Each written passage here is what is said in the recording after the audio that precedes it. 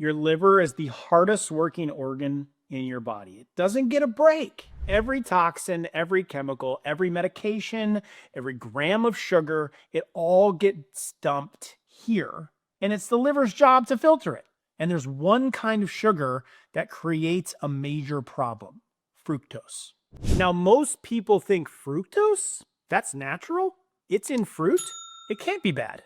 But here's what most people don't realize. Just because it's natural doesn't mean your body handles it well. Here's the research about fruit's effect on people with non-alcoholic fatty liver disease. A clinical trial published in the Scandinavian Journal of Gastroenterology found that people with non-alcoholic fatty liver disease who ate more than 4 servings of fruit per day had worse liver enzymes, more insulin resistance, greater fat buildup in the liver, and it held true even when calories and weight were the same among participants. So what do we do about this? We give the liver a break. We pull out all the high fructose containing foods, and that's going to include fruits, but especially sodas that have high fructose corn syrup or any kind of candies. Those are the more obvious ones that I'm not going deep in on this video. Anything with high fructose corn syrup is deadly for the liver. But with fruit, just for a couple of weeks, eliminating those really toxic sources and the high fructose containing fruits might just be enough to allow your liver to catch up,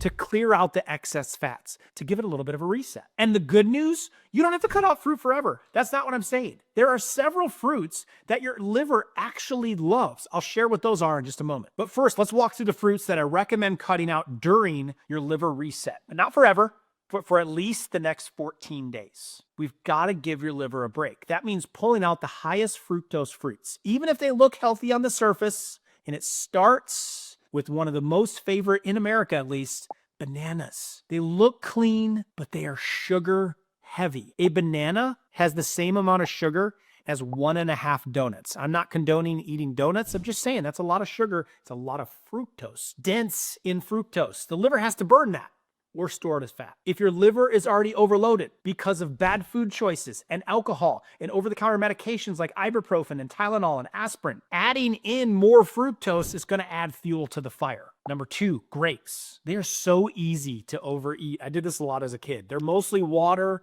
and sugar. It's about 1/3 of the amount of fiber in a grape compared to an apple.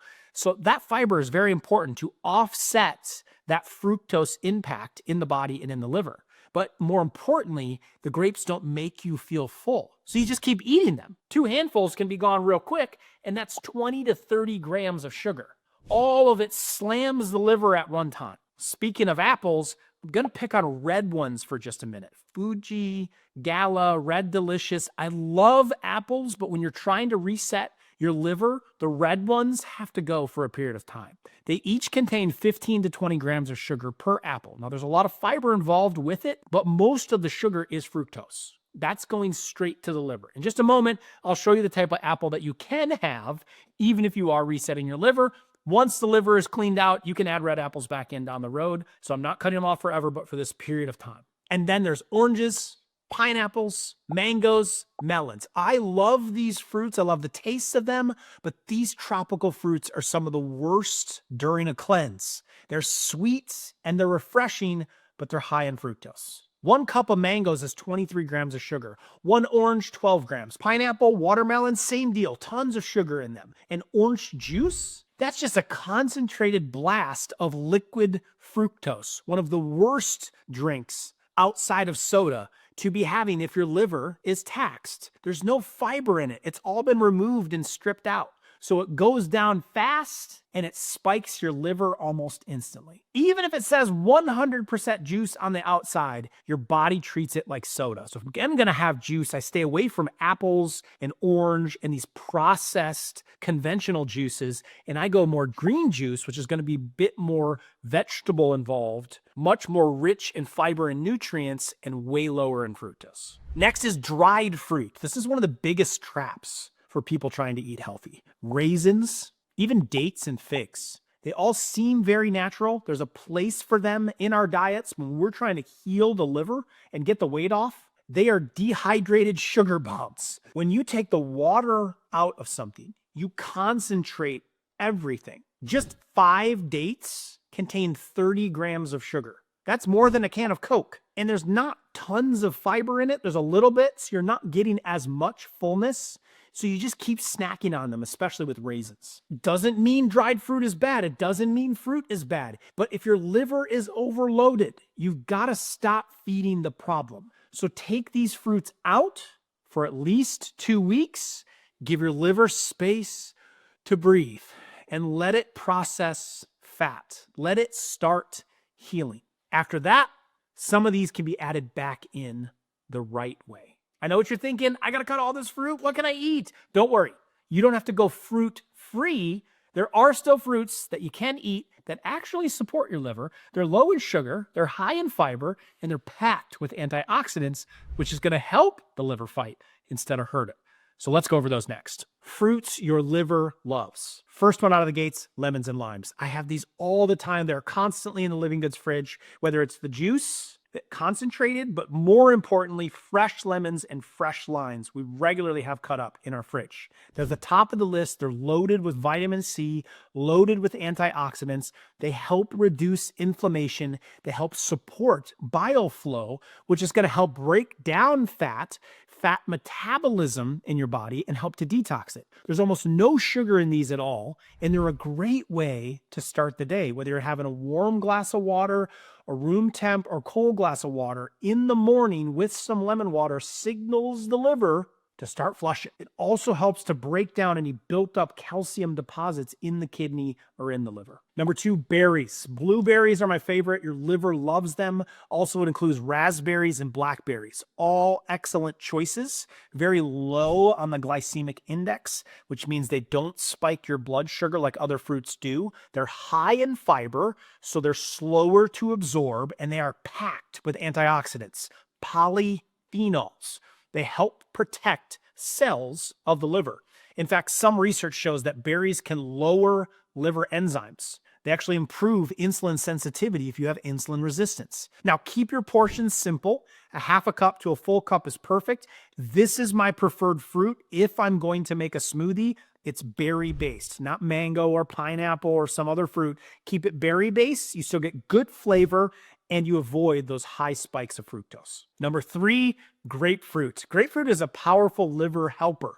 It contains naringenin and naringin, which protect liver cells and support fat breakdown. They stimulate fat-burning enzymes. And they also help to increase bile production, which is huge as far as breaking down fat inside your system. And they've been known to move toxins and cholesterol out. Now, important, check with your doctor if you're on a medication to make sure there's no interaction with grapefruit or with the drug that you might be using. You could also talk to your pharmacist. But brings up a whole other question itself, that why don't doctors try prescribing a grapefruit a day first? Because they know it has the same impact as some of those medications to try to help with the healing of a person's body before we jump straight to a toxin.